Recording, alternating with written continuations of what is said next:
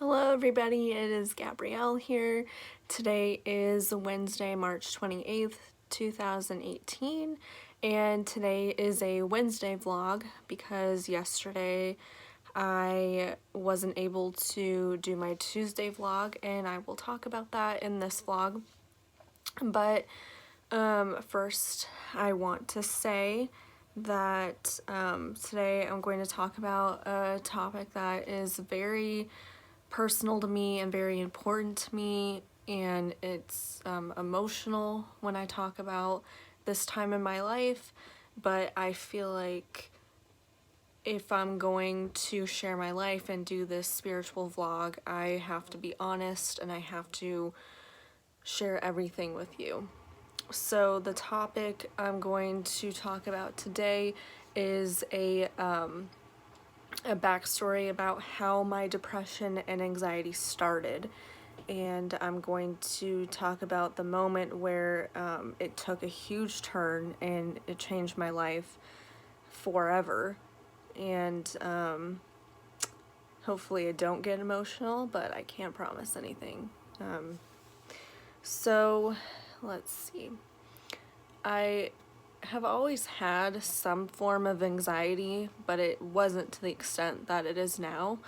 I would get butterflies in my stomach. Like, for example, I used to hate public speaking, and I would always go last because I just did not want to do it.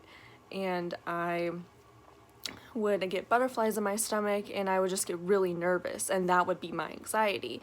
But I didn't categorize it as anxiety. I categorized it as just I was really nervous.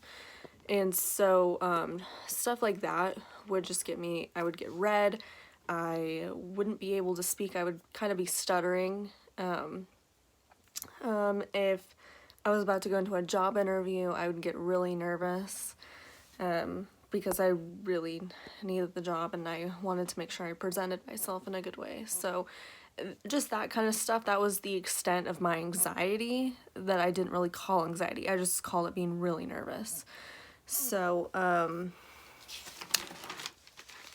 that is what used to happen with me. And the reason why I did not do my vlog yesterday was because I had an anxiety attack. And this anxiety attack was something that wasn't triggered by me. I wasn't even thinking about anything that could give me anxiety. I was just going about my normal day. I was making dinner, and my upper arms started burning, and I was shaking and I couldn't breathe. And this has happened before without me even thinking about anything. And it was extremely scary. It felt like a heart attack, and I didn't know what to do, and I don't know what to do in those situations. And anxiety attacks that I trigger by thinking about something that gives me anxiety and just thinking about it over and over and over. I know the way to get over that is to sit down and do deep breaths. But with these anxiety attacks that aren't triggered by me, the only thing I can do is sit down and relax and just wait for it to pass. That's really the only thing I can do. I have no control over when it happens.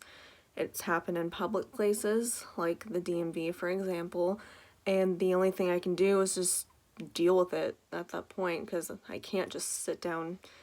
And so, and I just didn't want to go straight from having an anxiety attack to talking to you guys. I wanted to cool down, and I didn't know if an anxiety attack was going to happen again, so I just wanted to take the rest of the day to just relax and to try to calm down. So that's what I ended up doing, and that's why I didn't upload a vlog yesterday, and I apologize. But I'm doing one today, and it's about my anxiety and depression, so it's really important to me. So I decided to do this vlog because mental health has become extremely important to me the past 2 years, especially since all of this stuff started happening with me. and I don't feel like it's taken serious enough in our society. I feel like people who have depression and anxiety, or people who are struggling with it and they decide to get help by going on antidepressants, I feel like they're looked down upon.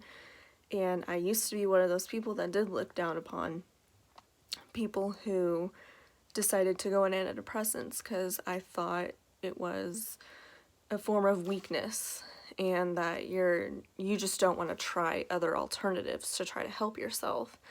And then when I started going through this and experiencing everything, I realized that that's not the case.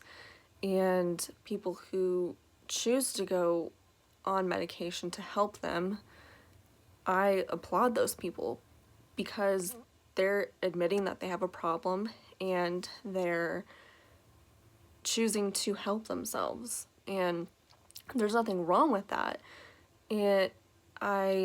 I decided to go on antidepressants, but I also do other things so that I can eventually get off of them. But I just don't understand the big stigma against going on antidepressants. I really don't get how it's any different than going on birth control, because, birth control is taken for a number of different reasons besides preventing pregnancy. People take it to regulate their periods, to help with their menstrual cramps, and to prevent pregnancy. And the alternative to taking birth control would be to remain abstinent, to use condoms, to use natural ways of dealing with your menstrual cramps.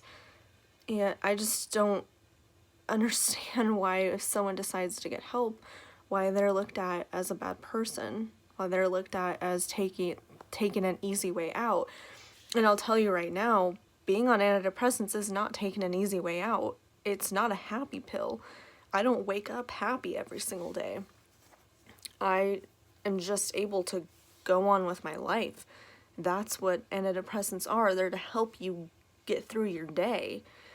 And you can do other things so that when you decide that you're ready to get off of antidepressants, you've already done all these different things to help you. And I do all those things. I go for walks. I see a counselor regularly. I see my doctor regularly. I still do other things.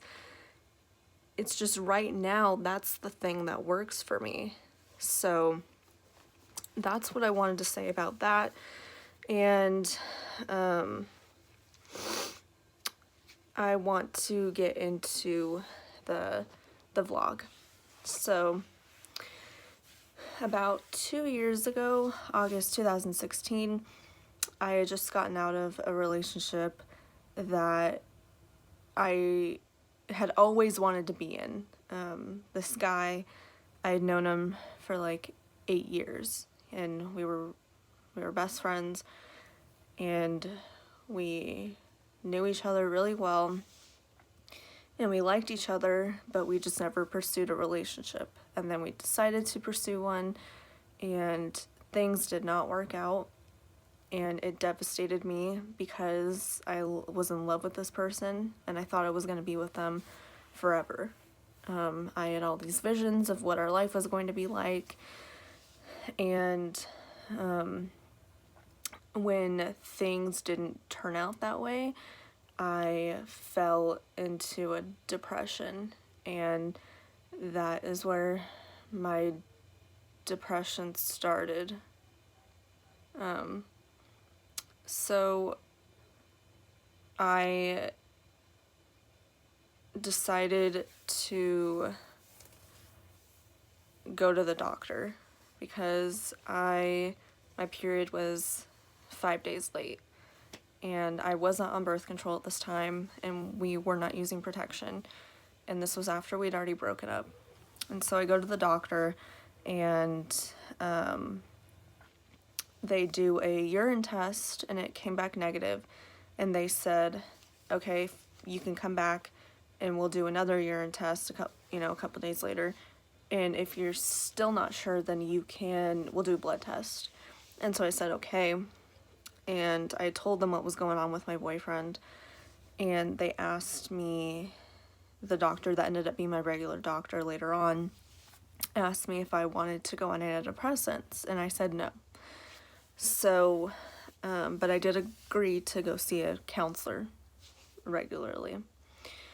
So I leave the doctor, I wait a couple days, I go back, and the test is negative. I do a blood test, it's negative, and my doctor concludes that the reason why I missed my period was because of anxiety. I did not realize that anxiety can make you miss your period. It just really showed me at that time how anxiety encompasses everything in your body and it affects everything. So that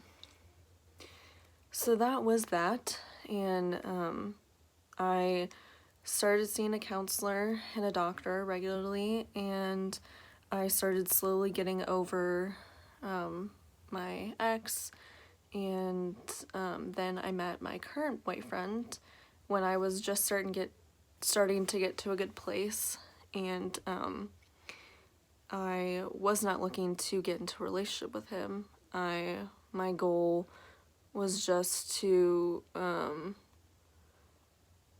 be his friend, and I had told him that's all I can give you is my friendship. And then we hung out, and things just moved really quickly on our first, what turned out to be a date. We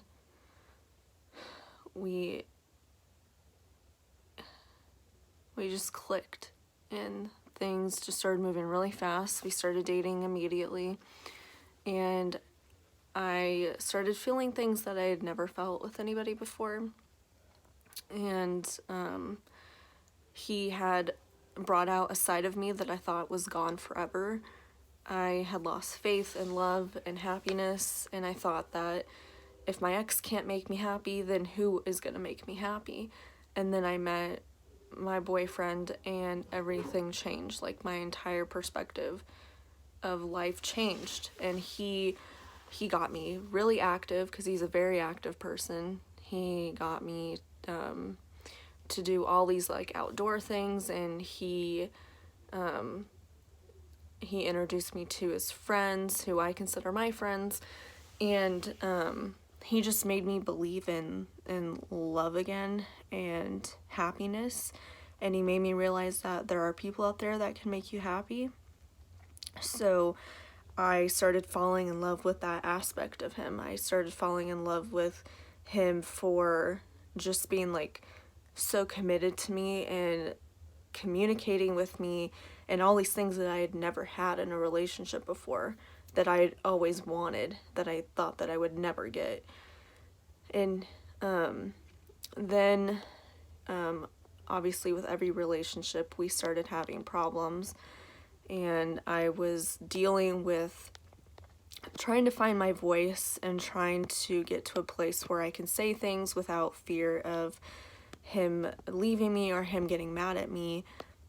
And then I finally just said, I can't repeat the cycle anymore. I can't keep doing this. I can't keep being afraid to tell my boyfriend how I feel.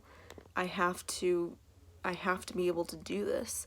So I started voicing my concerns and the issues I was having, and some things started to change, but obviously there was something that I still was not happy with. And it was a bunch of things that were bottling up, and I woke up one morning and that feeling of love for my boyfriend just wasn't there anymore. And I can't explain how scary and how sad a feeling like that is, especially for me, because I've never lost a feeling of love for somebody before. The reason why my relationships ended wasn't because I didn't love the person anymore. It was because things just weren't going to work out, and there was nothing I could do about that. I still loved them and wanted to be with them, but I just couldn't. And with him, it was the opposite. I wanted to be with him, but I didn't love him. And it was an extremely scary feeling, and I didn't want to accept my feelings. I didn't want to feel that way. So I had my first anxiety attack the morning that I felt this. And my boyfriend was on vacation, and I told him, I said, look, we can't be together anymore. I was like, I don't love you. I can't be with someone I don't love. And I sent him this really long text, and he was on vacation at the time, and he texts me back and he goes, we're gonna talk about this. So he called me, and I told him, I was like, I don't know what's happening. I don't know why I have this feeling. I'm like, I don't know what to do. And he's like, it's okay, calm down. He's like, relax. And, you know, we tried to talk through it, but these feelings were so strong, and I didn't think they were gonna go away. So, it was just extremely, extremely scary, and I felt so guilty. I felt like, what a bad girlfriend I am to feel this way about my boyfriend. How rude of me.